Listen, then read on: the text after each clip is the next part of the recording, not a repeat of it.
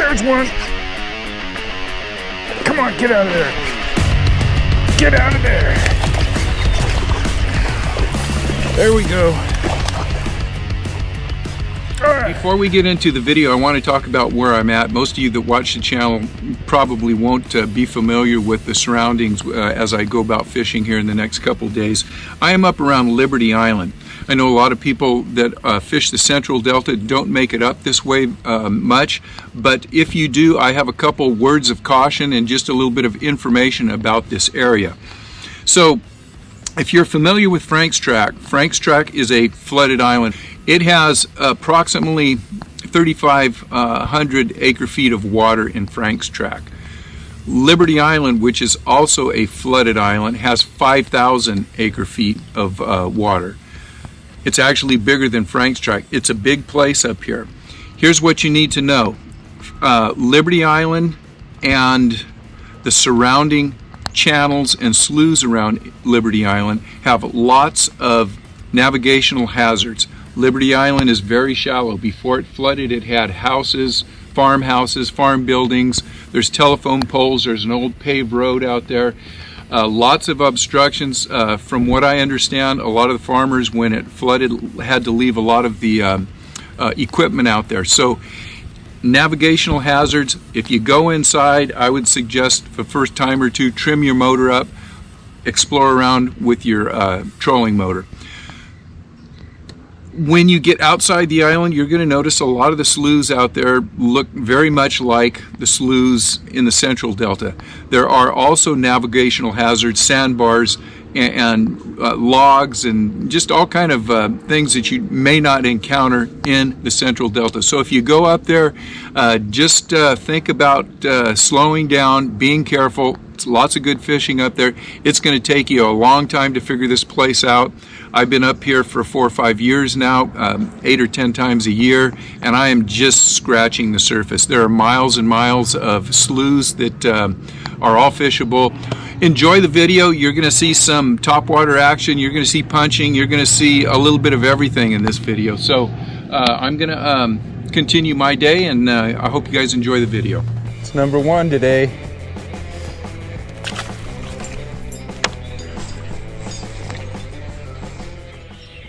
The day was not starting out bad. On my second cast, I caught my first small male on a white spinner bait, and I was on a tule bank which led into a little cove, and I think this little inlet here is, they call it the bird sanctuary. It was low tide. I didn't have a lot of room to fish in here, but I thought I'd fish about a 20-yard section of bank and I'd punch it, and it paid off. First good fish of the day. Come on, get out of there. Get out of there. There we go. All right, there it is. Green pumpkin brush hog. Nice fish, beautiful. So I landed that fish, and I continued to fish for maybe 5 minutes on the inside. Like I said, low tide, not a lot going on. So I made my way out back into the channel. I started punching again. Caught one small buck right off the bat as I got to the point, and lost a nice fish. But the problem was, on this particular bank, it started off with maybe 3 to 4 feet of depth in where I'm fishing here, and as I pulled up a little farther, it just shallowed up onto a big flat. I caught a couple of small males. I had to switch over from punching to a fluke, and I saw this little cove up in front of me, and I was going to basically just move up into this cove, see what I got till I got up there, and if I didn't get anything, I was going to pull out and go over to my next spot. And luckily I stayed up there. I got this nice fish on a fluke, and let's watch the fish catch and we'll go on from there.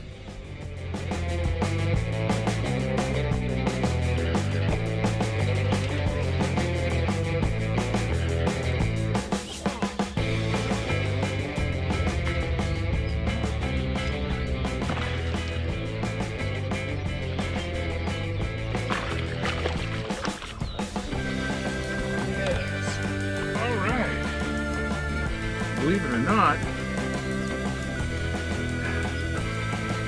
or or not, that one came on a fluke. Nice fish in shallow water. That was fun. Not going to complain about that. I'm using a worm hook. Just through the nose. See if I can do that again. Well, this may be the worst idea I have all day, but last time I was up here, we got some nice stripers on top waters fishing off points on these flats. And God, if I was to get one on a spook out here, it'd be crazy, but I got to throw it out there, just a few casts. I also got a big largemouth doing this by accident. I'm not expecting a whole lot to go on here, but give me a chance to get this out of my system. Okay, I got 5 casts on this and it's out of my system. Okay, trolling motor problems. Once again, along with the trolling motor problems comes some really crappy music. I've got to apologize for that. Just the mood I was in dealing with my trolling motor, along with my GoPros. But let me go over what's going to happen here for the rest of the video. I continued catching fish, a lot of small bucks on flukes and jerk baits, catching small stripers, and it was getting tougher and tougher. The tide was falling out. I've got a couple fluke catches here that I wanted to show you. And this next fish, not this one, but the next one coming up is kind of cool because you guys can see the fish come up and grab the fluke. So we're going to go over that catch. And about that time, I started punching again. I had lost my tide. I had lost my patience. Didn't do very well punching. So I decided to leave a little early, and I felt like I left some fish on the table. So what happens, you'll see me come out a couple days later. We'll have some topwater action that I had just a couple days after this video was taken. And this is the fish catch that you'll see a red circle come up, and if you can find my fluke, you'll see the fish come up and grab it right out of the circle there. That was a fun catch, and it was a decent fish. But after that fish, I decided I was going to have to go back to some punching. So what we're going to do here is talk about the type of hyacinth that I was punching, because it was really critical on the exact locations where I was catching the fish at. So let's drop this fish back in the water and let's talk about some punching. This type of water here looks really good, and it was producing, but it was producing small fish. You can see a couple of old poles sticking up out of the water. Anytime you have vegetation with other structure, whether it's wood or man-made poles, this is a really great place to punch. I got a nice punch fish in here that was, like I said, a little camera shy, and a few smaller fish. But I noticed that this was not the type of punch water that I needed to be in. My bigger fish were coming out of some different stuff. So let's check out some of the really high quality punch water that I fished, and I'll let you know why I think I was getting the bigger fish out of this this type of cover. You can see we're getting out of that heavy cover, and the hyacinth is broken up a lot more. This is where I was getting my bigger fish. The stuff that small patches, isolated patches, things that were close to tules, shade lines were really good, especially if there was at least you had 18 to 20 inches of water underneath. There'd be a little ledge just out from the bank. These were the spots that I was really concentrating on, and you really need to kind of keep an eye out for the exact type of water that you're punching, whether you're up north on the Central Delta or wherever you may be. As a point of reference, here we are back on some really heavy surface vegetation, and just for me, too much area for these fish to find your bait in. I like the smaller patches of surface vegetation. So once again, this is the stuff that I like to fish, especially if there's shade. Anytime, once again, if there is any type of structure underneath the vegetation, sunken trees, pilings, whatever may be down there, that's always a bonus. So guys, keep that in mind and start being a little more selective on where you're punching. When you see those great big fields of hyacinth or whatever you may be punching, you might want to pass that up and see where it gets broken up and get into these spots and start just picking apart the smaller patches of the surface vegetation. So I did catch a few more punch fish, and I got a couple of 2 and 3 pounders that like I said, were camera shy. Anyhow, I went home, worked on my electronics, came out the next day, thought I was going to do, or excuse me, came out 2 days later, thought I was going to do the same thing, but there was just too much cloud cover. So I kind of dropped my punch ideas and I went to top water. It paid off for about 45 minutes with just a really great topwater bite. I think I caught 7 fish, mostly in the 3 to 4.5 pound class. And it lasted, like I say, for maybe half an hour, 45 minutes, maybe an hour. And then the fishing dropped out. So I'm going to go over a few of these catches with you. The topwater catch is a lot of fun to watch, I think. And I'll just let you know, I did my damage in, I'll say, an hour.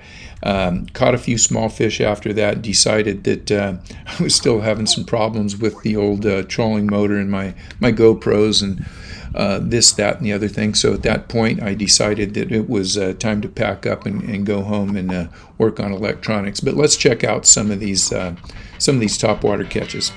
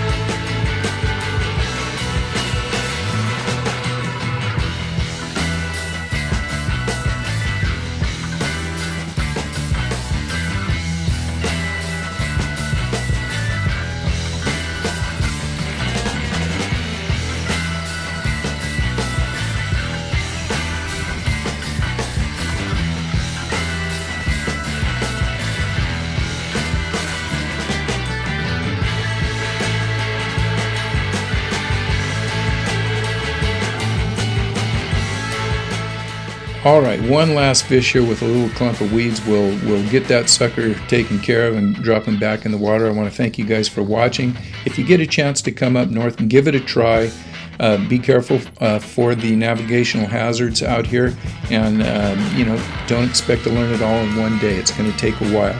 Thanks again for watching. Until next video, we'll see you guys on the water.